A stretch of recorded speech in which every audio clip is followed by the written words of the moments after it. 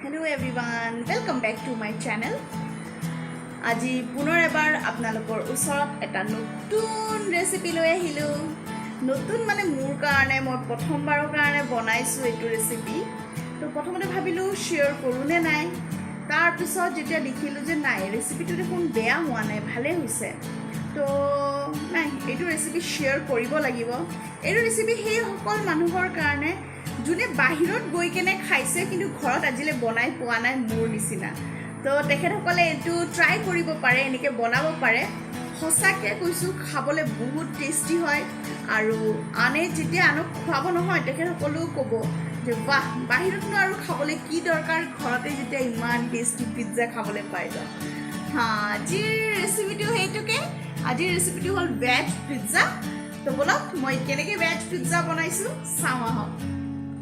প্ৰথমতে মই অকণমান কুহুমীয়া গৰম পানী লৈ লৈছোঁ। পানী কুহুমীয়া হ'ব লাগিব, বেছি ঠাণ্ডাও নহয় আৰু গৰমো নহয়। আৰু তাৰপিছত মই ইয়াতে এচামুচ ইষ্ট দি দিম। ইষ্টটো মই ড্ৰাই ইষ্ট লৈছোঁ, ড্ৰাইটোৱে ল'ব। এচামুচ ইষ্ট দিয়াৰ পিছত মই এইখিনি ৰেষ্ট হ'বলৈ থৈ দিম 15 মিনিটলৈকে। 15 মিনিটছলৈকে মই এনেকৈ ঢাকনি লগাই কেনে থৈ দিছোঁ। আফটাৰ 15 মিনিটছ এইটো আপোনাৰ অকণমান ফুলি আহিছে, মানে আপোনাৰ পানীৰ লগত মিহলি গৈছে। এতিয়া মই অকণমানকৈ ময়দা দিম। ময়দা আপোনাৰ প্ৰায় মই 1.5 কাপ দিছোঁ, যিহেতু মই এখন ড'ৰ বনাইছোঁ, মানে এখন পিজ্জাই বনাইছোঁ, ডাঙৰ এখন পিজ্জা। তো সেইটো কাৰণে মই 1.5 কাপ ময়দা দিছোঁ আৰু অকণমান নিমখ দি লৈছোঁ।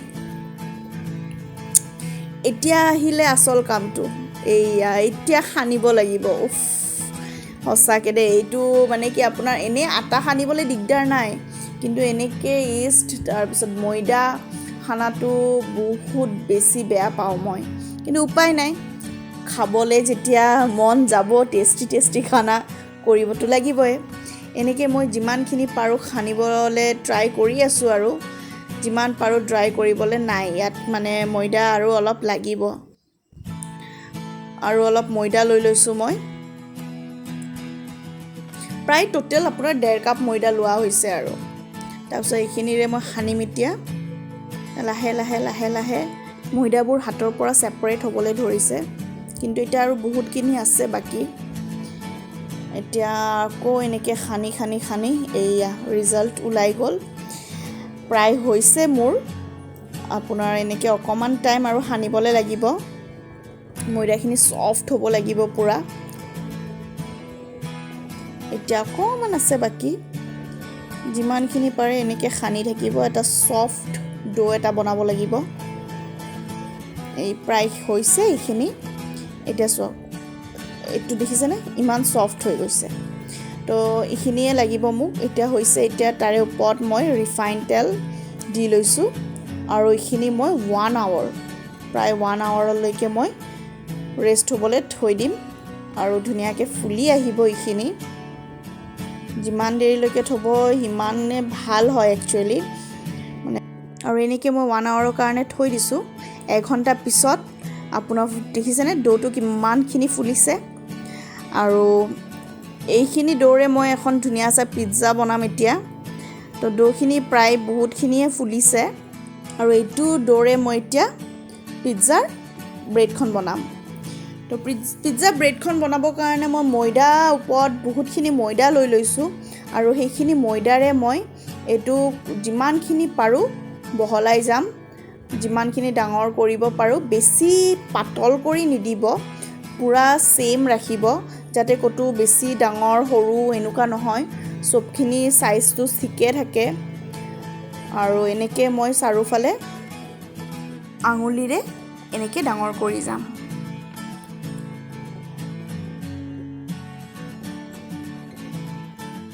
দুইফালে ঠিক হৈ গৈছে। এতিয়া প্ৰায় মোৰ এইটো ৰেডি হৈ গৈছে। এতিয়া মই ইয়াত পিজ্জা চচ দিম।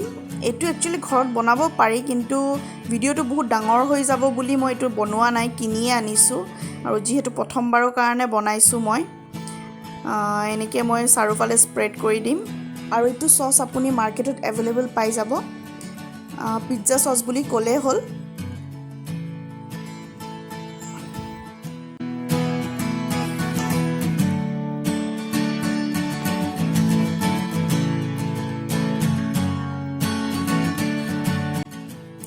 এনেকৈ চাৰিওফালে লগাই দিছোঁ অকণমান চচটো বেছিকৈ দিছোঁ মই আৰু চাইডে চাইডে মই ৰিফাইন তেল দি লৈছোঁ যাতে ড্ৰাই হৈ নাথাকে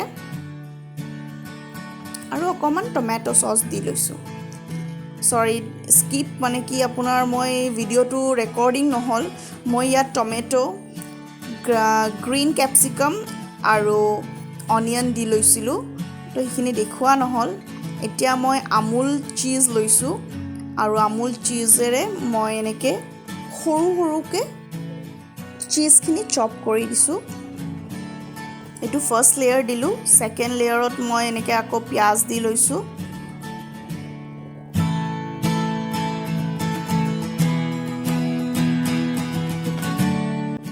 আৰু আকৌ কেপচিকাম টমেটো এতিয়া আকৌ মই চীজ দি দিম যিমানে চীজ দিব ইমানে একচুৱেলি টেষ্টটো বাঢ়ে তো মই যিমানখিনি পাৰিছোঁ দি লৈছোঁ চীজ পুৰা কভাৰ কৰিবলৈ ট্ৰাই কৰিছোঁ মই কেৰাহী গৰম কৰি লৈছোঁ অলৰেডি তলত নিমখ আৰু ওপৰত আপুনি যি বস্তু দিব পাৰে মোৰ তাত এইটো এভেইলেবল আছিলে কাৰণে মই এইখনে দি লৈছোঁ আৰু ইয়াতে মই পুৰা তেল ভালকৈ আৰু 2 চামুচমান তেল দি কেনে ধুনীয়াকৈ চাৰিওফালে তেল লগাই দিম যাতে পিজ্জাখন লাগি নাযায় আৰু এনেকৈ মই ইয়াত দি লৈছোঁ আৰু ঢাকনি লগাই দিম 20 মিনিটছৰ কাৰণে 20-25 মিনিটছৰ কাৰণে 20 মিনিটছ হৈ গৈছে এতিয়া চেক কৰোঁ কিমানখিনি হৈছে বাহ দেখিলেনে ইমান ইজি হৈ গ'ল পিজ্জা আৰু এইটো ধুনীয়াকৈ ফ্লপি হৈ আহিছে একদম ফুলি আহিছে বস্তুটো তো বলক এখন প্লেটত সাৰ্ভ কৰোঁ এতিয়া চিলি ফ্লেক্স দি লওঁ ওপৰত অকণমান এইটো মই ঘৰতে বনাইছোঁ আৰু ইয়াত মই অৰেগেনো মোৰ তাত বেছি নাছিলে এইটো লাষ্ট টাইম পিজ্জা আনোতে মই পেকেটটো পাইছিলোঁ সেইটোকে আছিলে তো সেইটোকে দি লৈছোঁ মই ইয়াত বাচি যোৱাৰ সেইদিনা ৰখাৰ কাৰণে আজি কামত আহি গ'ল এইটো কিছুমান এনেকুৱা বস্তু মই থৈ দিওঁ কেতিয়াবা কামত লগাই দিওঁ তেনেকৈ তো আজি এইটো পেকেটটো মোৰ কামত আহি গ'ল এতিয়া চাওক মই ছফ্টনেছটো দেখাই আছোঁ এইটো আৰু ছফ্টনেছৰ ব্ৰেডটো দেখিছেনে কিমানখিনি ফুলিছে আৰু এইটো মই লাহেকৈ ছিঙি কেনে দেখাম ইমান ছফ্ট উফ আৰু ছাইডৰখিনি কিন্তু ধুনীয়া ক্ৰাঞ্চিও হৈছিলে তো এইটোকে এটা ৰেচিপি মই শ্বেয়াৰ কৰিলোঁ প্ৰথমবাৰৰ কাৰণে বনাইছোঁ খাই বহুত বেছি ভাল লাগিলে আপোনালোকেও ট্ৰাই কৰিব এইটো ৰেচিপি ঘৰত ফেমিলিৰ সৈতে এনজয় কৰিব বহুত ভাল পাব খাই কেনে তো আজিলৈ ইমানে ভাল লাগিলে ভিডিঅ'টো লাইক আৰু শ্বেয়াৰ কৰি দিব আৰু যদি ছাবস্ক্ৰাইব কৰা নাই তেতিয়াহ'লে এতিয়াতে ছাবস্ক্ৰাইব কৰি দিয়ক আৰু ওচৰত থকা বেল আইকনটো প্ৰেছ কৰি দিয়ক তো ইমানতে শেষ কৰিছোঁ আজি ভিডিঅ'টো পুনৰ লগ পাম অতি সোনকালে নতুন এটা ৰেচিপিৰ সৈতে তেতিয়ালৈকে সকলোৱে ভালে থাকক সুস্থ থাকক আৰু bye bye and take care